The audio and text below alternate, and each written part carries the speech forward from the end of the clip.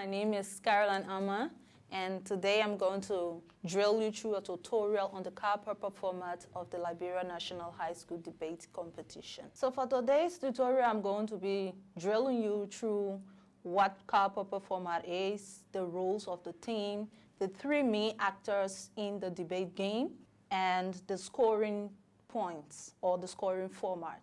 Now, what is a Karl format of debate? It's the debate for which you have two sides, the affirmative and the negative, one moderator, and a panel of judges that is mostly made of 3 persons.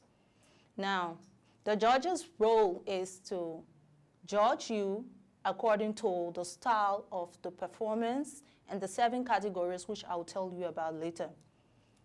The affirmative side is that side of the team that goes for the proposition and defend it to the best way they know. The negative side is that side that counteracts every argument proposed by the affirmative side. Now, there are 4 to 6 players on each team. 2 is for substitute and 4 plays the game. These 4 players are given positions. The first player is the presenter, the second is the buttresser, the third is the rebuttal, and the last is the concluder. Now, each of these players have their roles. The presenter of the affirmative teams is that person who will define the resolution of the game, give the inherency of the problem and also the solvency, and also prove the impacts or solutions of what this thing has been doing. Now, the negative presenter will be that person who will either accept or redefine the proposition in order to counteract the affirmative side. Now, the buttresser will be that person who goes to further elaborate on the statements presented by the affirmative team. So he or she add more emphasis on the presentation of the first speaker.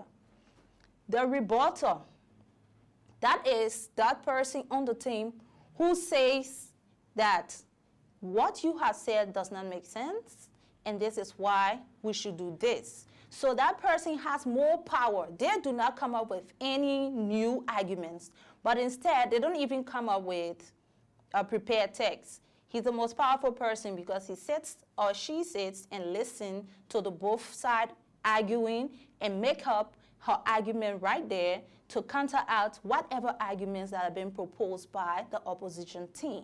Now, that is the argument that will either make or break the team. Now, the concluder, that is that one person who has the power to share his or her time and concludes the argument that has been proposed by all of the first 3 speakers. Now, when it comes to timing, each player has a time allotted and is uninterrupted except the concluding player. The first speaker has a time of 8 minutes. The second speaker has a time of 5 minutes. The third speaker has a time of 5 minutes. And the last speaker, which is the concluder, has a time of 8 minutes. And he or she can share her time with any of the players that are playing that match. So we have the issue of substitution. Substitution comes right after the rebuttals. So after the rebuttal, speakers of the both teams are done presenting their arguments, then you come in with your substitution from the 2 players that are seated. So if you do not make any substitution by then, the concluder cannot share her time with any of those players, no matter how good they are. We'll come to the scoring system. In the scoring system, for this year's tournament, we are not going to have any least performing team, but we categorize them as either incredible, excellent, good, or average. Now, the worst speech you could hear is that speech that will be categorized below 66. So actually, the grading range starts from 59 to 93. And it's seldom that you see a speaker who attains 90 to 93 points. It must be very, very excellent and, I must say, quite flawless. Now, we score in 7 categories. That is the introduction, presentation, the knowledge of your topic, the accuracy of your information, your persuasiveness, your timing, and your closing. Introduction takes 10 points. That is where you deal with the speaker recognition of the audience, you state the motion of the team, and you outline the proposition and the name of your fellow speakers. That is your introduction, and that is how your judges are going to grade you. And that goes for 10 points. Now, the presentation is where you deal with the gestures and posture, eye contact, the mannerism and voice modulations, vocabularies, and pronunciations of the speaker. That is the presentation, and that was 10 points. The knowledge of the topic, that is where you come and give buttressing statements to your opening statements. So you say why you are defending your proposition, and you give like several reasons why, and you support it. You give supporting evidences to that. That is your knowledge of the topic. If you are also providing evidences, it should be in line with your argument. You cannot be talking about culture and you start talking about law or something, or health, something altogether different from your argument. Now, the persuasiveness is how you present your facts, the arrangements of your logic, and the consistency of your case. Accuracy of information, the persuasiveness, it goes for 20 points. Same as the knowledge of your topic. That worth 20 points as well.